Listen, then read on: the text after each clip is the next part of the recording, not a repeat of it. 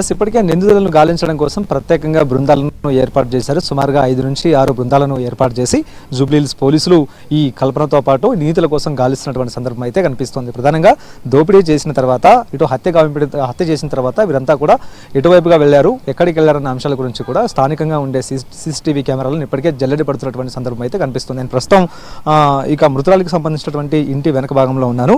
ప్రధానంగా కల్పన చాలా కాలంగా అంటే సుమారుగా 8 నెలల నుంచి సంవత్సర కాలంగా కల్పన నేపాల్కి సంబంధించినటువంటి ఈమె ఇదే ఇంట్లో పనిచేస్తూ ఉంది.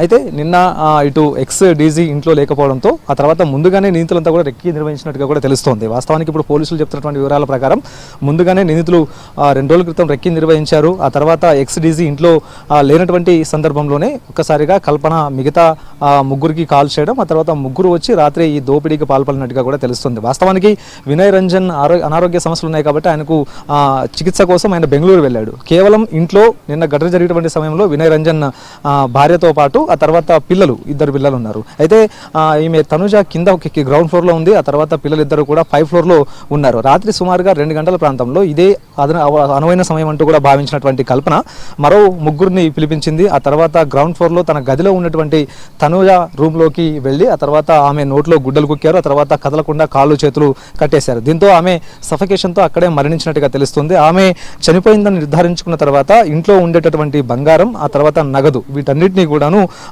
తీసుకుని ఆ తర్వాత 2 బ్యాగుల్లో తీసుకుని ప్రస్తుతం నేను చూపిస్తున్నటువంటి ఇదే ప్రాంతం గుండా, ఇది ఇంటి వెనక భాగం, ప్రస్తుతం నేను చూపిస్తున్నటువంటి గేట్ ఏదైతే ఉందో ఈ గేట్ నుంచి ఆ తర్వాత వెనక భాగంలో పార్క్ ఉంటుంది. ఈ పార్క్ లోపలికి దూకారు. ఆ తర్వాత ఈ పార్క్ నుంచి ఆల్రెడీ బయటికి వెళ్ళిపోయినటువంటి సందర్భం కూడా ఉంది. అయితే వెనకాల పార్క్ ఉండడం, ఈ పార్క్ నుంచి బయటకు వెళ్ళడానికి వారికి ఆల్రెడీ ఒక వే ఉంది. ఏ విధంగా వెళ్ళాలి, ఏ విధంగా తప్పించుకోవాలంటూ కూడా ముందు నుంచి వారు ఒక ప్లానింగ్ లో ఉన్నట్టుగా కూడా తెలుస్తుంది. సో ఇదే సమయంలో వీరంతా కూడా కల్పనతో పాటు మరో ముగ్గురు 2 బ్యాగులతో ఇదే మార్గం గుండా వెళ్ళిపోయారు. సో దీంతో పోలీసులు ఈ చుట్టుపక్కల మొత్తం అంతా కూడా క్లూస్ సేకరించినటువంటి సందర్భంలో పోలీసులకి నిందితులకు సంబంధించినటువంటి ఒక క్యాప్ లభ్యమైంది. ఒకసారి మనం విజువల్స్ లో కూడా చూడొచ్చు. ఇటు చెట్టుకు సంబంధించిన అరుగు మీద ఒక క్యాప్ లభించింది. సో ఆ క్యాప్ నిందితులకు సంబంధించినటువంటి వారిలో ఒకరిదిగా ఇప్పటికే పోలీసులు భావిస్తూ ఉన్నారు. సో అందుకు అనుగుణంగానే ప్రజెంట్ దాన్ని స్వాధీనం చేసుకుంటూ ఉన్నారు.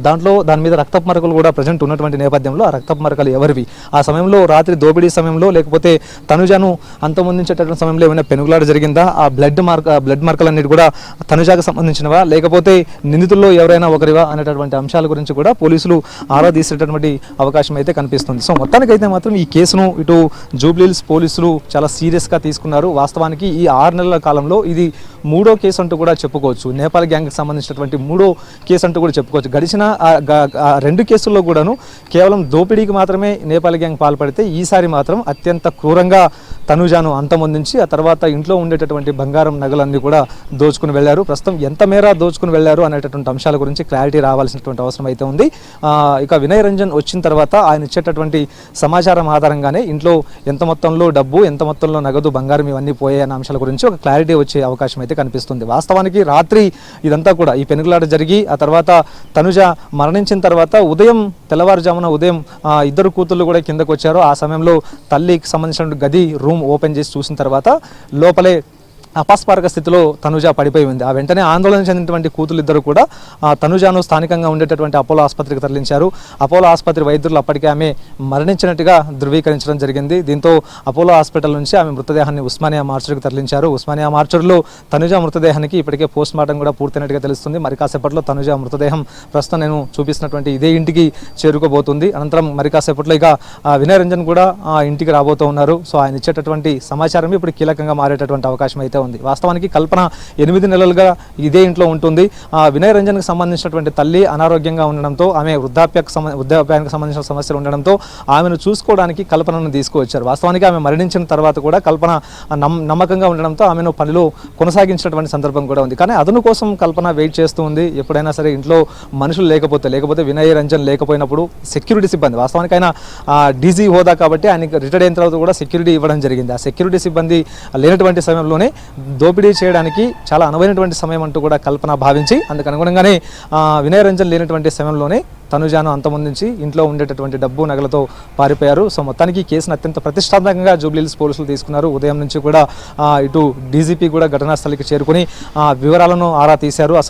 అసలు ఈ ఘటన ఏ విధంగా జరిగింది అనే అంశాల గురించి కూడా పోలీసు ఉన్నతాధికారులను అడిగి తెలుసుకున్నటువంటి సందర్భంగా ఉంది. కాసేపటి క్రితమే సిపి సజ్జనార్ సైతం ఈ విషయం గురించి మాట్లాడారు. జూబ్లీహిల్స్లో ఇదంతా కూడా బ్యూరోక్రాట్స్ ఉండేటటువంటి ప్లేస్, ఇక్కడంతా కూడా ఐఏఎస్ ఐపీఎస్లు ఉండేటటువంటి ప్రాంతం. ఇదే ప్రాంతంలో ఈ ఘటన చోటు చేసుకోవడంతో ఇప్పుడు భయాందోళన వ్యక్తం అవుతుంది. వీఐపీలు ఉండేటటువంటి ప్లేస్లోనే ఇలాంటి ఘటనలు జరిగితే సామాన్యుల పరిస్థితి ఏంటన్న ప్రశ్న కూడా ప్రస్తుతం మొదలవుతున్నటువంటి సందర్భంలో ఈ కేసును అత్యంత త్వరగా తేల్చేస్తామంటూ కూడా సిపి సజ్జనార్ చెప్తూ ఉన్నారు. అతి త్వరలోనే ఆ నిందితులను పట్టుకుంటామంటూ ఆయన ఇప్పటికే చెప్పడం కూడా జరిగింది. Right, thank you Shashi.